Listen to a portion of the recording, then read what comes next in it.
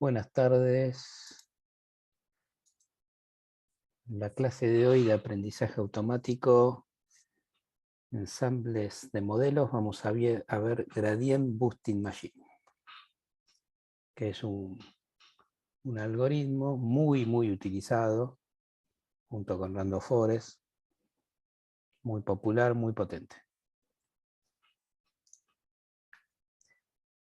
Entonces, ¿qué es estas máquinas de boosting, de gradiente boosting, o de, como hay una traducción ahí de boosting como impulso, de gradiente impulso? Bueno, la idea es la siguiente, es un ensamblado, o sea, una puesta en conjunto, como habíamos hablado hace unos minutos antes de empezar la clase, acerca de, en general, de lo que es un ensamblado. Un ensamblado de árboles que pueden ser de regresión o de clasificación. Nosotros en la clase de hoy lo vamos a ver en versión clasificación, pero también esto puede servir para regresión. La diferencia entre clasificación y regresión es que regresión podemos trabajar con una variable numérica intervalar, en cambio en clasificación es una clase generalmente dicotómica. Entonces, el concepto de ensamblado, para hacer una analogía, podría ser la siguiente, porque esto está hasta hacen dibujos en algunas presentaciones que pueden encontrar por internet de GBM, hay hasta dibujos al respecto de lo que voy a decir, que el ensamblado puede verse de la siguiente forma. Si nosotros tenemos una orquesta de música, cada instrumento podría ser un modelo, y nosotros cuando escuchamos toda la orquesta tocar junta, en realidad estamos escuchando la combinación, el ensamblado de todos los instrumentos. Entonces el concepto es similar. Cada modelo, o sea, cada instrumento, en la analogía, contribuye al total del ensamble, que justamente en música también orquesta es ensamble, ¿no? Al ensamble o al resultado final del sonido.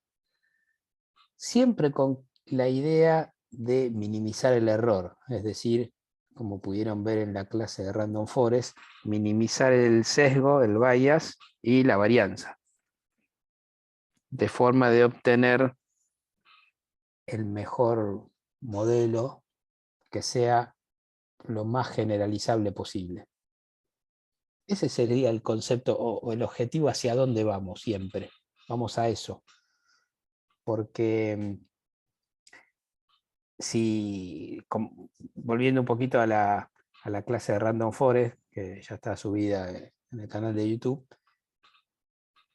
volviendo a esa clase, habíamos visto en esa clase que tenemos tres situaciones. Tenemos una situación de overfitting, de sobreajuste, que no es buena, y tenemos una de underfitting, que tampoco es buena. Y el término medio, que sería el más generalizable, es que no haya overfitting, o sea, una cierta complejidad del modelo, pero que no sea tan complejo para que sea overfitting, pero tampoco tan simple como para que el error sea alto. Entonces, la generalización de un modelo se logra de esa forma. ¿Y por qué buscamos la generalización? Porque si nosotros cualquier algoritmo lo fiteamos a un modelo específico, posiblemente encontremos que funciona bastante bien, pero no nos sirve clasificar o predecir algo que ya sabemos cómo es. La idea es con casos nuevos o futuros, y ahí está la generalización. ¿Se ve la idea, no? Entonces, volviendo específicamente al GBM, es un ensamblado de árboles de decisión. Los árboles de decisión son considerados algoritmos de clasificación débiles, en general. No le podemos pedir mucho a un árbol. Pero cuando se ensamblan, ya sea como se hace en Random Forest, o en este caso en GBM, el ensamblado aumenta ese poder de clasificación.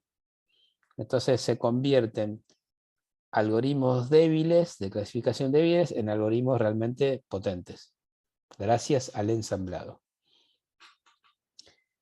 Y la idea de GBM es hacerlo progresivamente, y de ahí viene el tema del gradiente, y va mejorando gradualmente porque se hace un impulso, es decir, un boosting, cada vez que se hace un nuevo modelo, dándole más énfasis, o sea, más peso a ciertos datos, y de ahí viene el tema del impulso del boosting.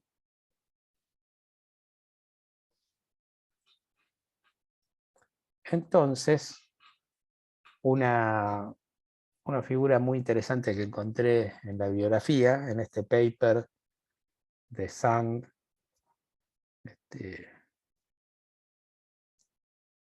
Munjilin y colaboradores, que es de este año 2021.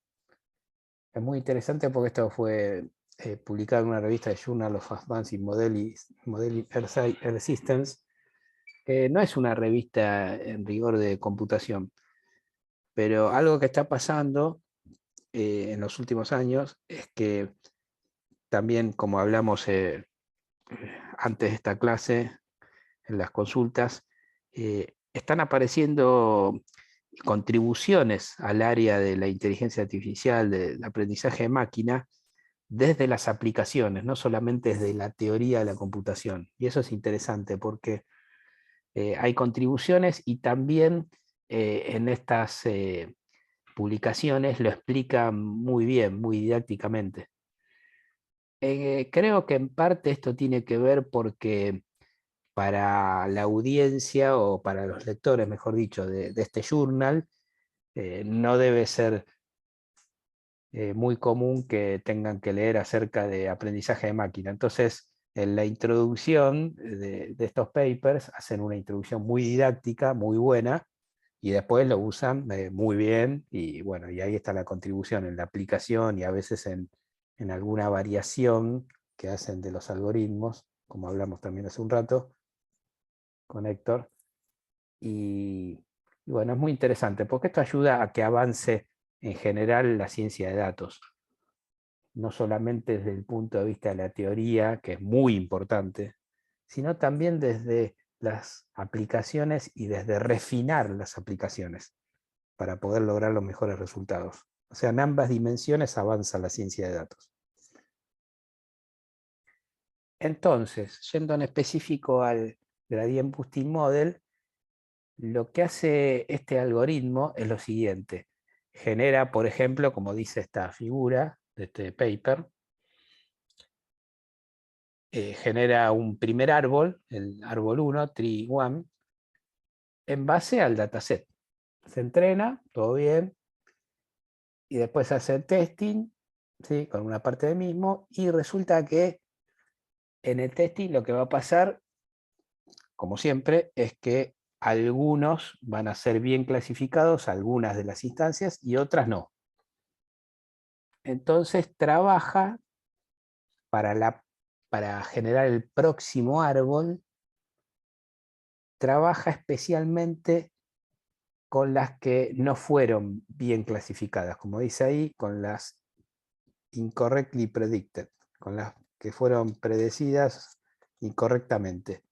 Y a esa se le incrementa el peso entendido como la influencia que va a tener en el entrenamiento del nuevo árbol, del árbol 2. Y así siguiendo, hasta que llega a una cantidad n de árboles. Esta cantidad, como vamos a ver, es una cantidad que nosotros podemos controlar. Y eventualmente, después de n árboles, va a quedar mejorada la clasificación con respecto al primero. Y la decisión final, como dice ahí, se basa en el peso promedio que fue quedando a lo largo de cada árbol. ¿Sí? Así funciona esto. Entonces es muy interesante porque de un algoritmo que por sí mismo se lo considera débil, como un árbol de decisión, este ensamble, y también Random Forest, porque los dos algoritmos van de la mano, como combinando modelos considerados relativamente débiles, se puede construir un modelo mucho más robusto. ¿Sí? Bien. Entonces ahora vamos a ver algunas aplicaciones.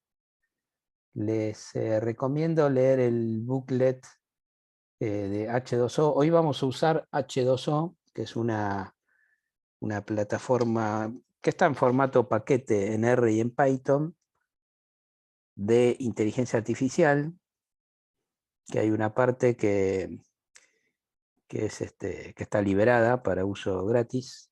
La pueden bajar ahí de h2o.ai y funciona muy bien. Nosotros lo venimos usando, ahora les voy a mostrar en qué lo estuvimos usando en clasificación de ausentismo a turnos médicos, y funciona realmente muy bien, tanto en R como en Python.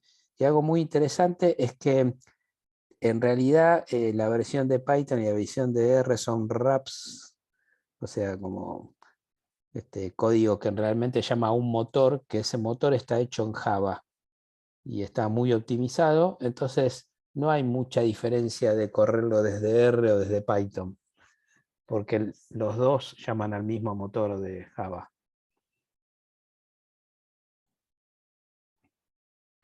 Y está muy bueno, tiene una performance interesante, porque utiliza en la medida de lo posible, o por el algoritmo, utiliza los procesadores que tengamos disponibles en la máquina.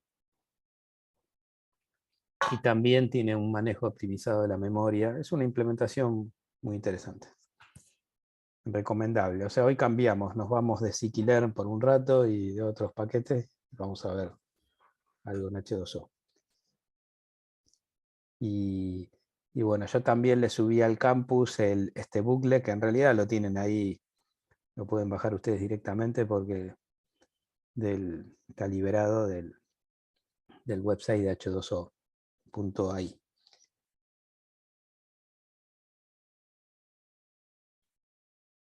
Bien, entonces voy a cambiar.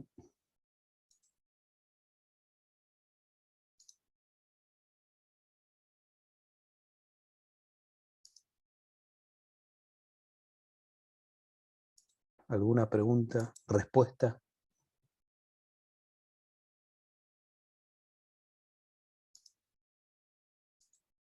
Aquí está, ¿se ve ahora? Aquí hay dos notebooks que también están subidas al campus. Vamos a incrementar el tamaño un poquito del fondo. Ahí está. ¿Se ve ahí? Sí se ve. Buenísimo, gracias. Bueno, entonces,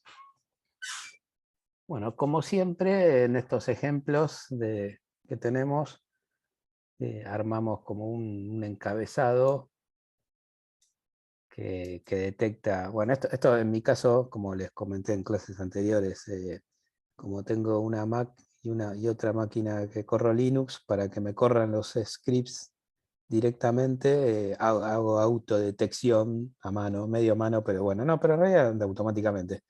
Se da cuenta y de acuerdo a eso, si es Darwin es Mac o si es Linux es la otra, y bueno, y se acomoda. O sea, eso es lo que venimos haciendo siempre. La diferencia con los códigos anteriores es que en este caso importamos H2O, para eso obviamente hay que instalarla. En el sitio de H2O van a ver cómo se puede instalar desde R o desde pip también, Anaconda también. Se puede instalar en cualquiera de las versiones. Y siempre van a tener que instalar, por lo menos a mí me pasó en Mac y en Linux, que tuve que instalar Java por afuera antes para que funcione.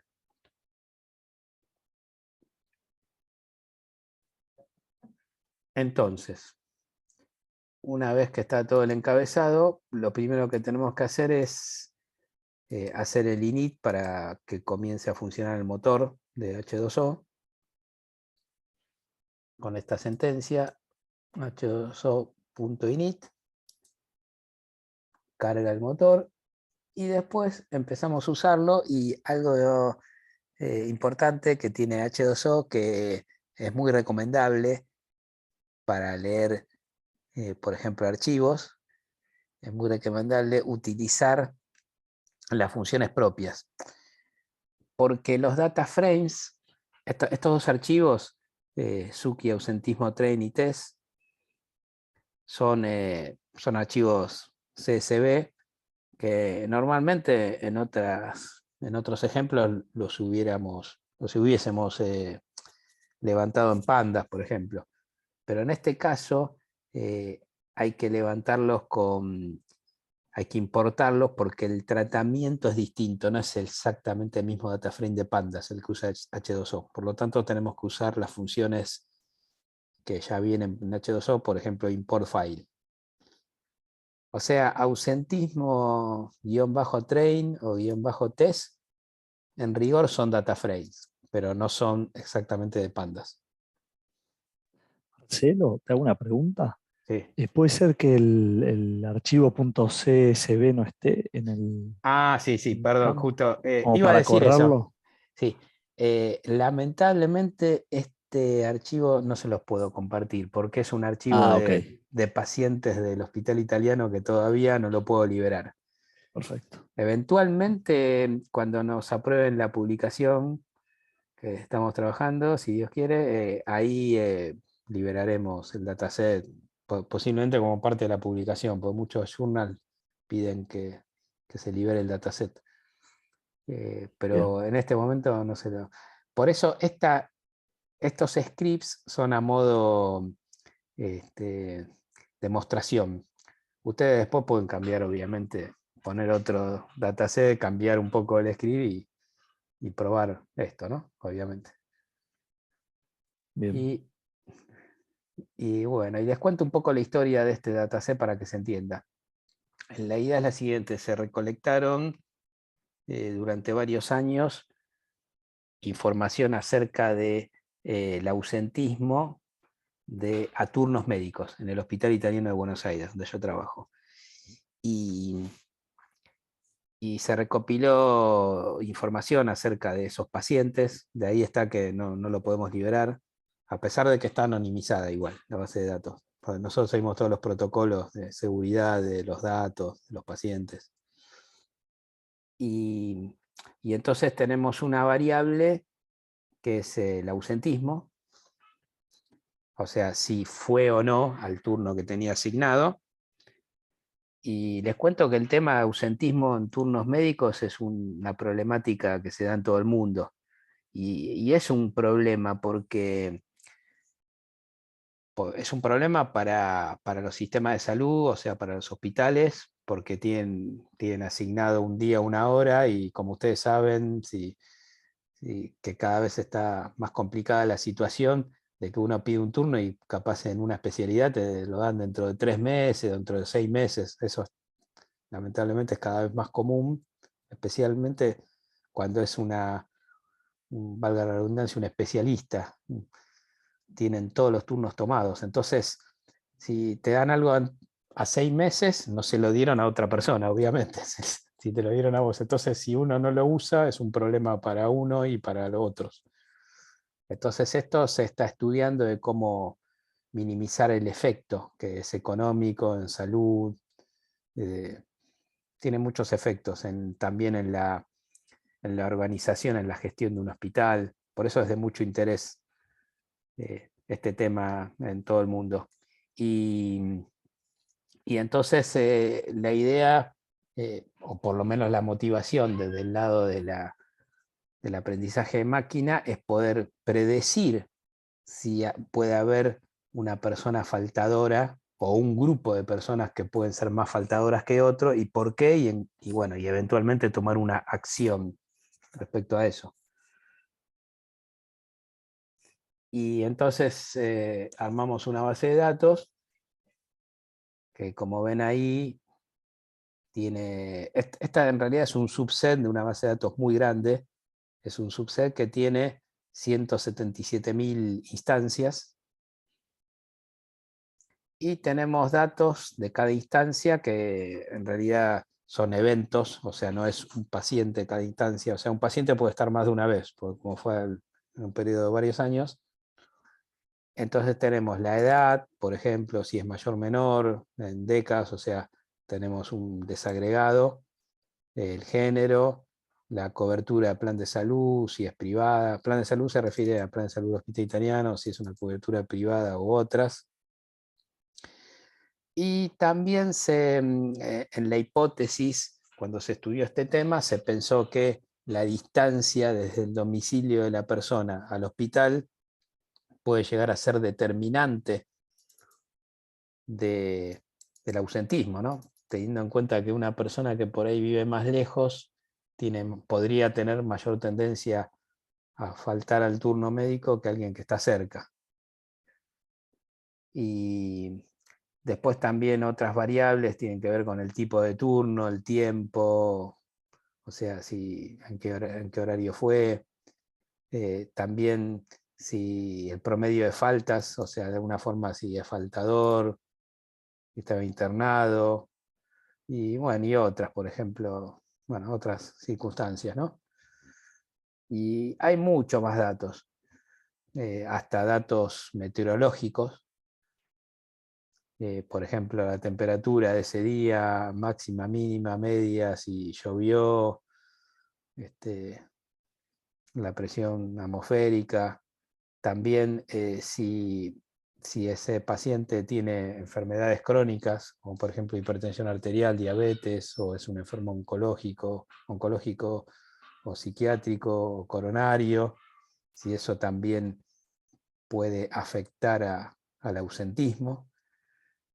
También tenemos otras métricas que son índices, como el índice de Charson, que es un índice que está muy trabajado en la literatura médica, es un índice que tiene en cuenta el estado de salud, una forma de cuantificar el estado de salud de un paciente. Hay muchos índices, el de Charson es uno de los más populares, que hay un Charson en general y otros que tienen que ver con patologías específicas, como vemos aquí, linfoma, leucemia, cáncer, demencia, entre otros.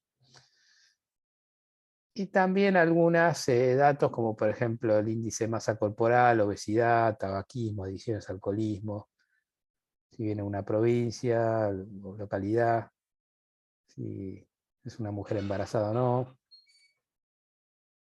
Bien, entonces, volviendo un poquito para atrás al código, al principio, lo que hacemos es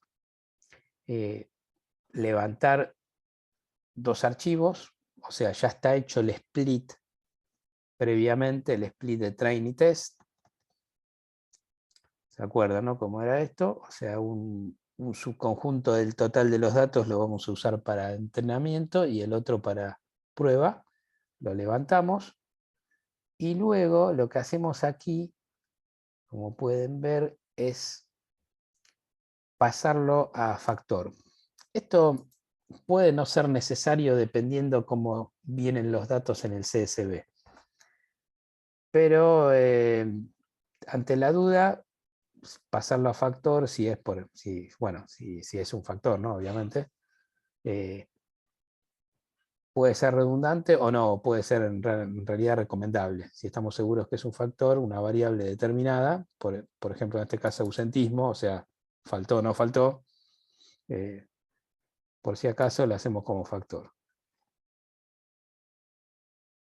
Y lo mismo con otras variables, las pasamos todas a factor eventualmente.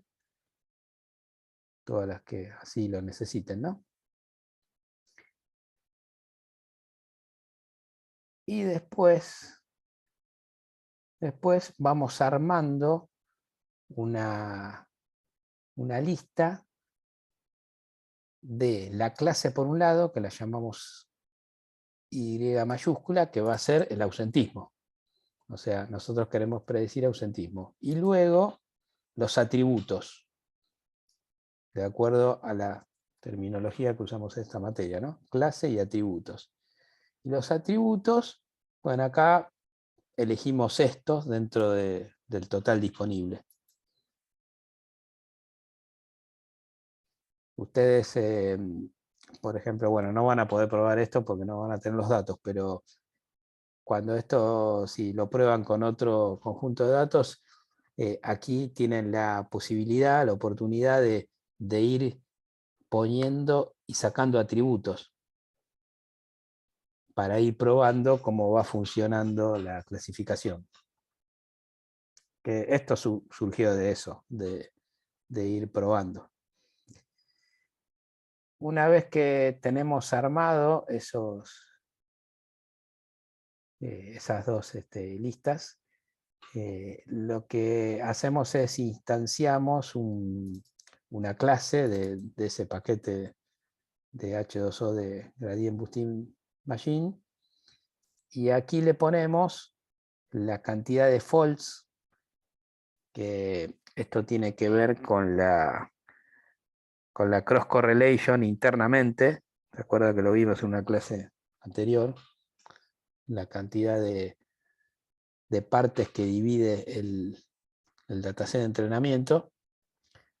También una semilla de la parte aleatoria, y muy importante, la cantidad de árboles, como dijimos recién en la introducción. Entonces generamos este objeto, ¿no?, de la clase, y luego ya lo entrenamos. Llamamos a gbm.train, gbm regreso al objeto.train, al método train, y lo entrenamos, y para eso le pasamos las listas de los atributos y de la clase, y le pasamos el subconjunto de entrenamiento. Entonces, eventualmente va a quedar entrenado. Ahora lo vamos a hacer correr. Y luego vemos el resultado del entrenamiento. Y una forma de ver el resultado del entrenamiento, en realidad tenemos dos. Esto sería como lo mínimo, digamos, en GBM. Se puede ir un poco más allá, seguro, pero lo mínimo es ver dos cosas como resultado de todo esto. Primero, ver o un listado, o bien un listado, o bien un gráfico que nos diga la importancia de las variables. Acá utiliza la terminología variable. Para nosotros sería de atributos, ¿sí? O sea, ¿cuáles fueron los atributos más importantes que influyen en la clasificación? Eso sería una de las dos cosas que nos interesa en GBM. Y la segunda es ver el área bajo la curva del entrenamiento, que lo vemos aquí, en esta parte del código, ¿sí?, cuando llamamos .awk. Pero como ustedes saben, al hacer esto, ¿qué hicimos? Hicimos el entrenamiento nada más. En realidad, la verdadera performance se calcula con el subconjunto de testing, como siempre, ¿no?, como en los otros algoritmos. Entonces, aquí podemos correr este método model performance y le pasamos el subconjunto de testing. Y aquí sí podemos evaluar realmente la performance. Y podemos también, pues bueno, acá está repetido, podemos también generar la curva ROC, ¿sí? Y también en este, lo voy a comentar esto. También podemos guardar el modelo en un archivo para después usarlo, por ejemplo. ¿Sí? Y muy importante esto, como nosotros iniciamos un motor de Java, hay que apagarlo. Entonces al final de todo tenemos que apagarlo, de forma de salir clean de todo esto, ¿no? Bueno, vamos a correrlo. ¿Alguna pregunta a este código? ¿Cómo lo ven? ¿Estamos bien? Eh, Sería interesante, una vez que se guarda el modelo, Aquí, sí, sí. ver cómo se utiliza después, ¿no? Imagino que ese es el modelo entrenado, ¿no? Claro, claro. Lo que guardás es el modelo entrenado. La idea es que vos lo utilices con otro subconjunto. En esa estrategia que, por ejemplo, tenés el subconjunto de training, el de testing y un segundo de testing que es externo. Y ahí realmente está la verdadera performance, porque ahí es donde podés evaluar la generalización del modelo. Entonces, para eso es necesario guardar el modelo entrenado en un archivo si lo querés correr después, en otro momento. ¿Sí? Bueno, vamos a correrlo entonces. A ver qué. Marcelo, ¿te puedo hacer una pregunta? Sí, decime. No me quedó claro al final qué era eso de factor. Factores. Acá cuando pones as factor, es, Sí, es por ejemplo, A3 ausent, por ejemplo. ¿Sí? Esa variable que está dentro del CSV. Ahí adentro, como dice acá, cuando lo levanta es un entero, o sea, ceros y unos son. Se ausentó, no se ausentó. sí. Pero, es, pero en realidad hay que pasárselo como valores dicotómicos. Entonces lo tenés que pasar a factor, no le podés pasar en numérico. Es eso. O sea, sería digamos, un 0 un uno lógico, pero pasado a true false o una cosa así. ¿A eso te Claro, referís? claro, exactamente. A factor, un Ok, factor. ok. Sería como pasarlo a categórico, a variable, una variable numérica que en realidad es una representación numérica de dos categorías, 0 y 1. Pasarlo a que Bien, sea realmente categórica. Sí. ok. Gracias. Y acá se llama, bueno, en Python, as factor. Bien. Bueno, vamos a correrlo entonces. Ahí está corriendo. Bueno, como ven, se conecta al motor de Java. Ahí dice que la versión de Java 11.02, qué sé yo. Bueno, se conecta. Esto lo hace siempre H2O y dice, bueno, que se conectó, no sé qué. Utiliza 4 GB de la memoria. Encontró 8 cores acá en esta maquinita. ¿Sí? Y acá, como vemos, ya levantó, tiene una barra, ¿no?, de progreso. eh, Levantó los dos archivos y ahora está entrenando el modelo. Sí, lo va entrenando, pi, pi, pi, pi. ¿Cuántas instancias tienen estos datos? Y tienen todas estas. Instancias, perdón. Instancias, acá está, 177.000. Ah, ok, por eso tarda tanto. Sí.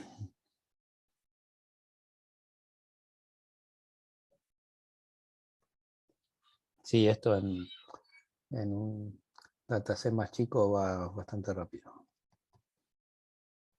Pero no tarda tanto, ya lo hace bien, ¿eh? Sí, me parece interesante que use los 8 núcleos, porque en otras librerías que yo he usado siempre uso uno solo, a menos que le digas que use más. Y bueno, yo la verdad hasta ahora en ninguna de las librerías que he usado le he puesto más de uno. Sí, esta implementación de H2O está muy optimizada. Por eso que para este proyecto de ausentismo, por la cantidad de datos, hicimos pruebas y al final nos quedamos con H2O, que mira, ya lo hizo. Bueno, entonces, ¿qué tenemos acá?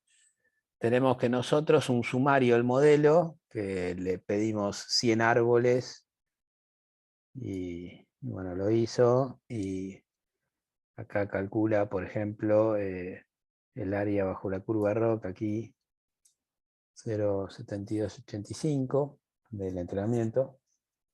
Esto en realidad nos sirve, no lo podemos tomar como una medida de performance porque es el entrenamiento, pero sí para ver cómo anduvo, más o menos.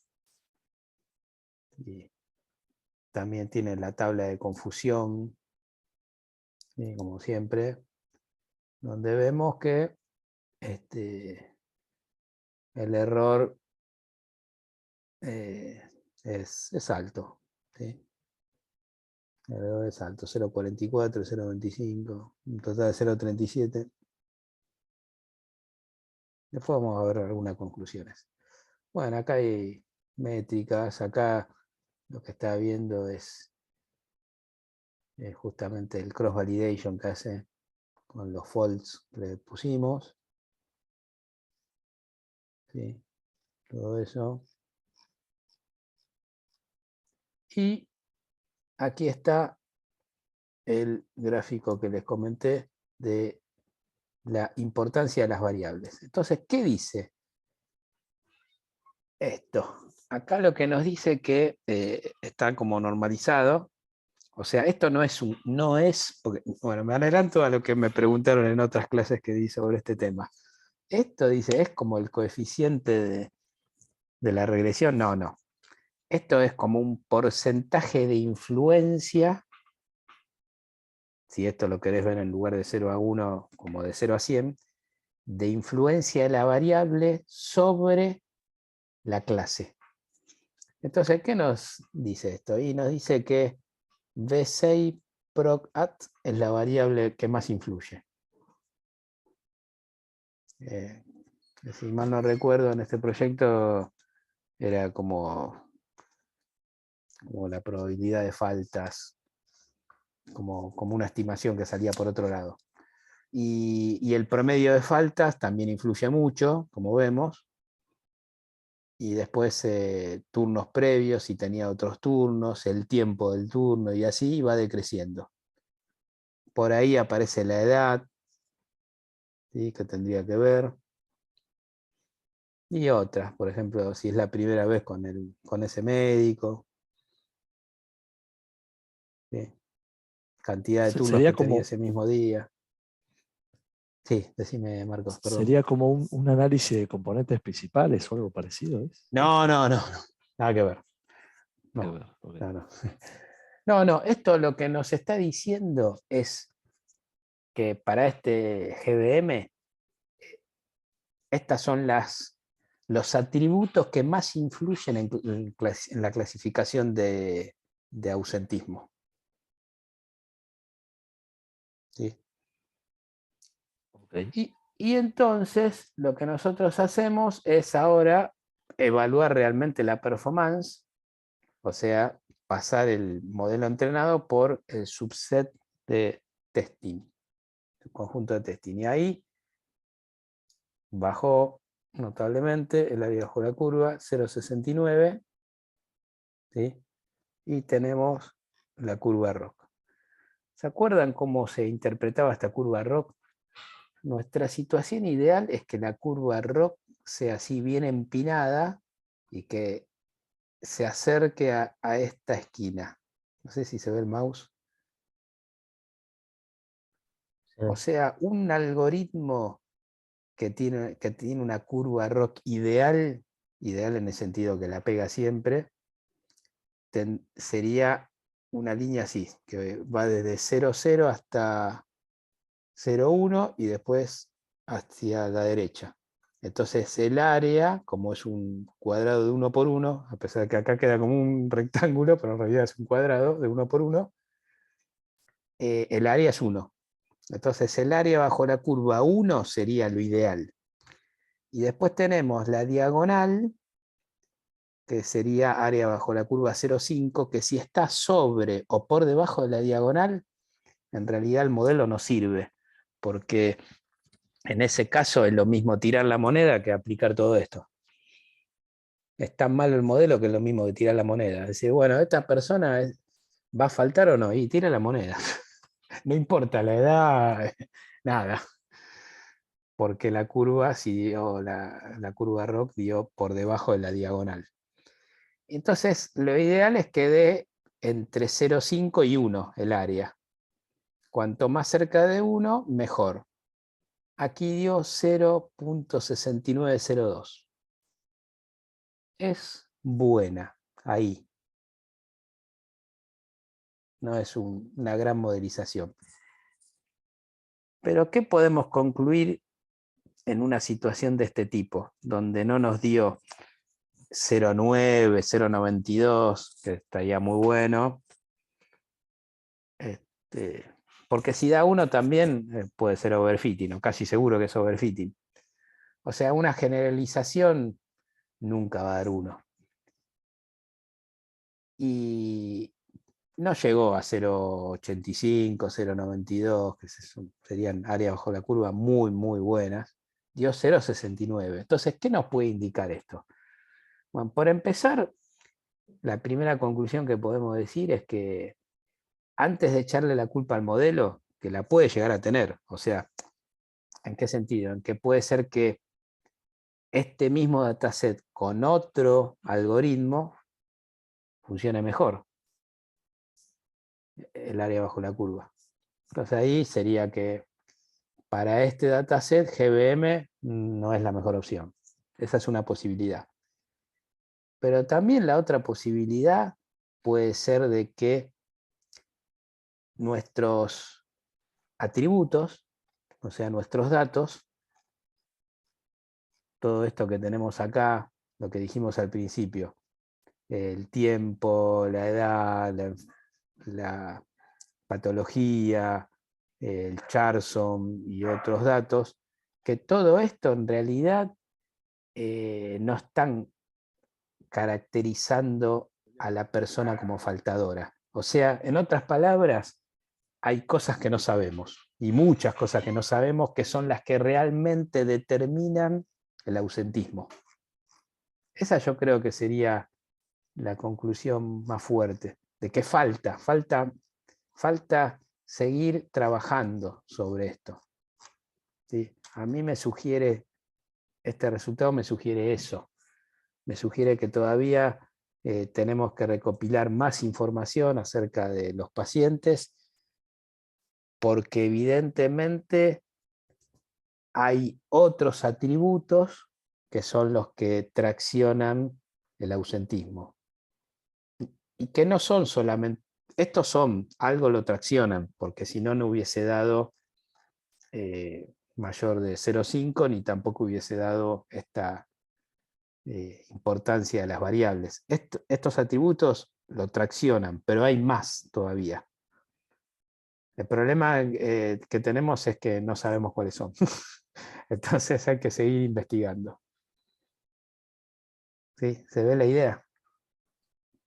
Y una pregunta, ¿y la cantidad de árboles que escogiste para el modelo, me imagino que influye, no sé si es la más óptima, ¿no? Muy buena pregunta, gracias Héctor, y me das pie a lo que viene ahora. Porque nosotros en esta primera prueba pusimos 100. ¿Sí? Acá en el código, me voy para arriba.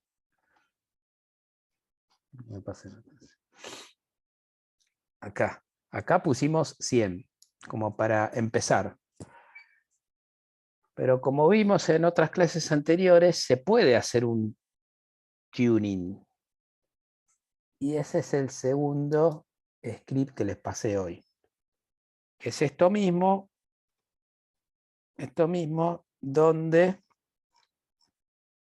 podemos hacer un grid search, sería como la estrategia, e ir variando la cantidad de árboles desde 30 a 150.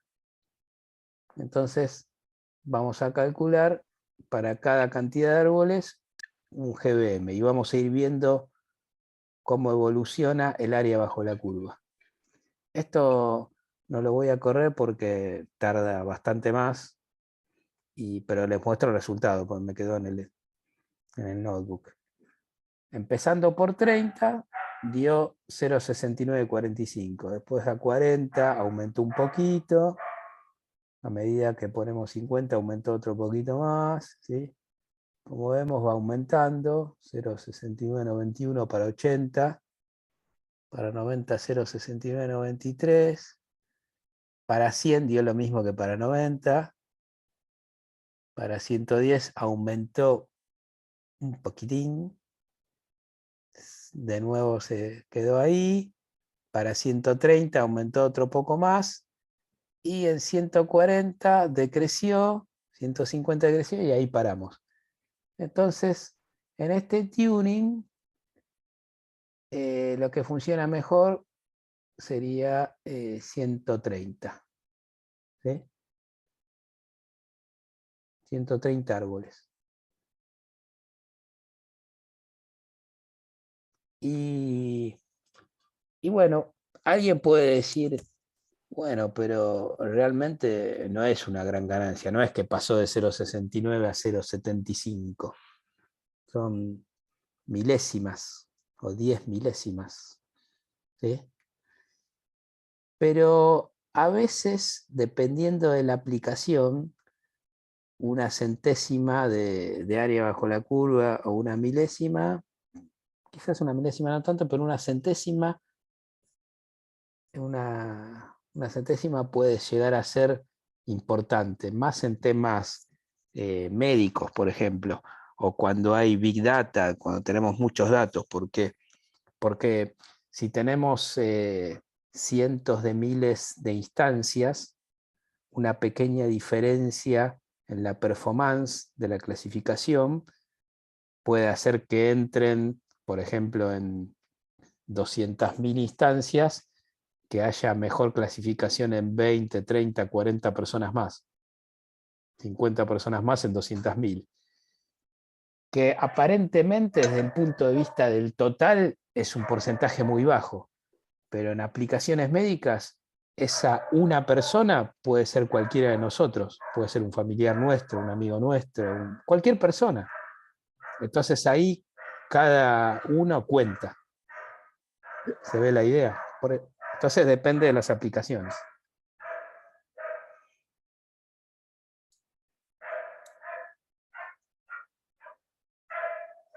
Bueno. ¿Alguna pregunta? ¿Respuesta?